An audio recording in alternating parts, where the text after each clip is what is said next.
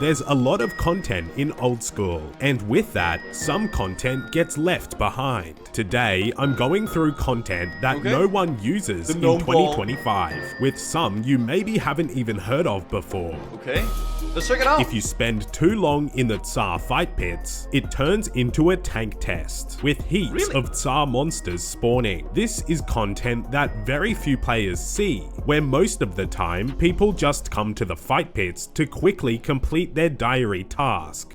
Wait, fight pits, not the caves. Wait, so is this like a place you could just go? Maybe it was a place they intended for you to farm, like, just like attack? You haven't done that yet. Fight pits is for PvP. Oh, yeah, I'm a bit of like a PvM scrub, at least for the time being, so... It's supposed to be a PvP minigame, but there's not really much incentive to even go there. Inside, the monsters come out in waves, and after 5.5 minutes, the Tsar monsters begin spawning. I'm excited to announce that just sounds frustrating, I'm not gonna lie. The Slayer Gaming mousepads are now back in stock. They are now available on the Creator Crafted website after they sold out very quickly on my merch store. So if you're after a new mousepad, you can use the coupon code Theo to save 10% off. The link is in the description below. In Shiloh, it's to stop people from camping in the instance by not just killing each other. Surely that'll stop people from killing each other and camping, right? Because there's no way any player would just spend their free time camping someone else. Village, there's a place called the Paramaya Inn, which used to be a place in RuneScape Classic to replenish your character. This was a mechanic called fatigue, which affects your ability to gain XP. And dude, this is freaking miserable, by the way. Fun fact, okay, I'm gonna give you guys a fun World of Warcraft fact here as well, because I'm originally a WoW player, as you guys may know. In WoW, we have something called rested XP, which is something that you gain by resting in an inn primarily. You can also gain rested XP by not being in an inn, but if you gain it if you rest in an inn, basically, you get what's called rested XP, where you gain 200% more XP from quests. No, not from quests, sorry, just from killing mobs. But they actually used, back in the beta, WoW, like very, very early WoW alpha beta, they wanted to have an opposite version of rested XP, where essentially, if you would play for a prolonged period of time, you would gain less and less XP, and you would have to log out of the game for that to replenish again. Essentially a little bit similar to how this fatigue system works, but I mean, dude, they had planned it to be a really brutal grind to level in WoW. Imagine wanting to play the game, and you're getting punished for playing a lot, so you gain less XP. That is so freaking cooked, actually. Also affects how long you can do certain methods for. It's obviously pointless in old school now, but it is an interesting piece of history. Perhaps Jagex could turn this area into a skilling place with a bank and a range and a bonfire nearby. Okay.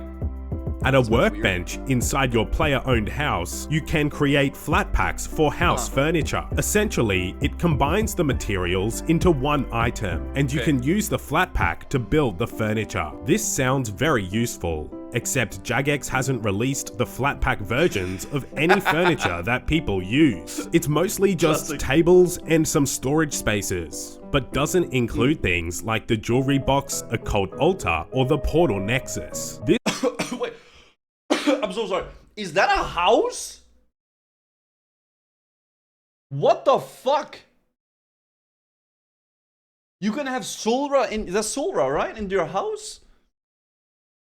Dude, my house looks like a freaking shed compared to this. That is insane. This would make upgrading your house much easier, since things like the fully upgraded pools require you to bank 2 or 3 times.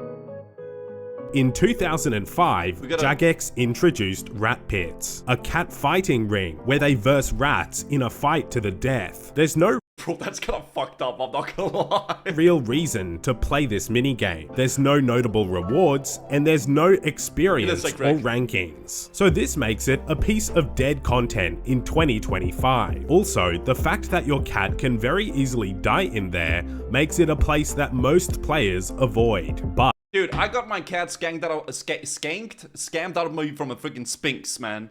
Okay. But the rat pits can increase your cat's growth rate, although it's not worth the risk of losing your cat. Jagex could revive the rat pits by adding some cosmetic-style collection log slots, and if they also make it so your cat doesn't die as easily.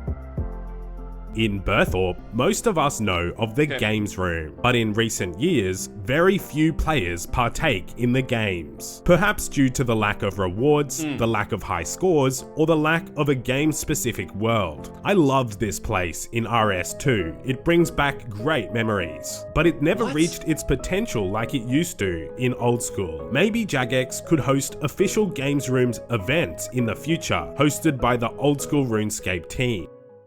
Maybe. About 1 month before the old school snapshot in 2007, Jagex introduced Barbarian mixes. These are largely dead content today, just because their effects and boosts are inferior. Mixes essentially combine regular potions with food into one sip, which sounds great, but Barbarian mixes can only be a maximum of 2 doses, and they can only heal up to 6 hit points per dose. There are just better options out there in today's old school, but perhaps to revive this content, Jagex could make divine Barbarian mixes, where you don't get damaged anymore for taking a sip. Nobody ever used them. I feel like it's just like some things with the game where like they have a cool idea with something and they want to utilize some content, but it just turns out not to be really worth the effort or the time at all, right? You know? They were dead on arrival. Yeah, I mean, some stuff just is like that, right? If you have so much content in the game, not everything's gonna really be viable, right? It's just for Irping XP. That's fair enough, yeah. A piece of content that most of us have played, but not for a long time, is Gnomeball. This was first released at the start of 2003, and was one of the first minigames introduced to RuneScape. It's sort of similar to football mixed with netball, but there's no incentive to play this minigame today. But even then, almost 0 players partake in Gnomeball. To revive You just do it for the diary pretty much, right? it, perhaps players could host their 99 parties or clan events there, or Jagex could upgrade the minigame so you could maybe verse other players. I guess. Another piece of content that no one uses in 2025 is fixing lamps in Dorgesh Khan. This is done with a light orb, but there's no Wait, this is used for a diary as well, I think, right? Yeah, I'm pretty sure it is. incentive to do this activity, except for one clue scroll step. The XP is actually reasonable for fixing lamps, giving both crafting and firemaking, and Jagex even tried to revive this content in 2024 with more crafting XP, more bonus XP, and a counter, but players still don't use this method. Also in Dorgesh Khan, there's another piece of dead content, which is the gourmets. These are NPCs that buy overworld food off you in exchange for goblin food. The food is not great, with only a small healing effect, but maybe Jagex could revive this by giving the foods some boosts like stews, but maybe a little lower. So I guess. I mean, I don't know. I feel like if you make everything super duper viable all the time, I don't think you can. Like, even though like it's kind of like an evergreen game and obviously there's so much content to do, not everything will be, you know, the most hype content and the most efficient, right? I think it's fine that some things aren't relevant. You know, you can go do it if you want to. It's not really meta, it's not really good, but you can do it if you want, right? No one is asking for this, why bother? Can't make it all content viable. It's pretty much impossible, dude. It really is. I thought it was just fun to watch, you know, to see some of the other content. And I've shown so far has been old content, except this next one was only introduced in 2016, but very few players use it. This is the Woodcutting Guild Dungeon, which is filled with Ents for players to defeat. The reason why no one goes here is that Ents are generally not good experience and don't give good— Dude, is that why I have those Ent seeds? Oh, that might be why I have Ent seeds, because I was wondering what those were for. No? Ah, shit. I thought I was onto something there. Okay, I guess not. Drops, but maybe Jagex could revamp the Ents to give them a more unique drop table. You could, but in I don't 2005, Jagex introduced Keldagrin, and with that came the Consortium minigame. This is where you This has to be the most unfun minigame ever invented. Doing the giant dwarf quest. I don't know what the fuck they were thinking. This is not even fun. It's just like, oh, go pick up these things. Oh, go pick up those things. Oh man, it sucks. I hated this, dude. And in all It's peak. What do you mean it's peak? That is crazy. and bars to earn rewards, but no one uses it since the rewards Say that at the Jagex headquarters, Puso. Dude, I was at the Jagex headquarters. Dude, they are so chill, man. It did not feel like I was hanging out with some developers, man. Like they were chill, man. I am still so blown away about how down to earth they are. They really are, dude. They're so good people. are no good. This minigame is a key piece of the game though, where it's heavily involved in the giant dwarf quest. As a whole, a lot of this content can be revived by Jagex, but there's a range of content out there that Jagex has actually already revived. That includes places like hunter locations, with the introduction of hunter rumors. Training spots I still haven't tried these at all. Like butterflies, kyats, and kebits got revived. There's Trouble Brewing, which was fairly recently revived with updates. There's Castle Wars, with Jagex's introduction of the loot crates. And there's a range of other training methods that have also been revived, like using elemental spells at barrows or at lesser demons. Jagex also recently reworked the Slayer Masters to make the lower level masters more viable. Yeah, you can boost.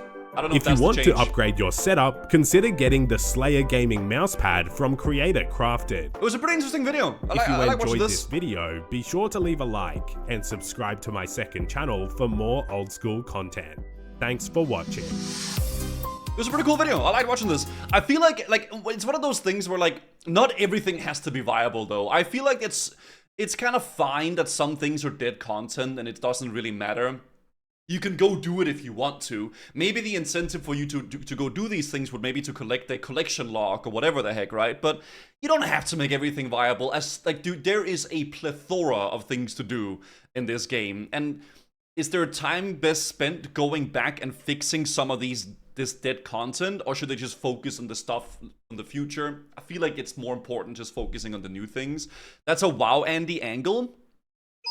No, I feel like that. I mean, that's how I see it. Because I feel like just because something is not like super meta and super viable and like the best way to level, doesn't mean that it's not like fun to do. Like you can go do the freaking Gnomeball match and then look at the cheerleaders and have fun, right? Like it's not like you need to do it because it's efficient, right?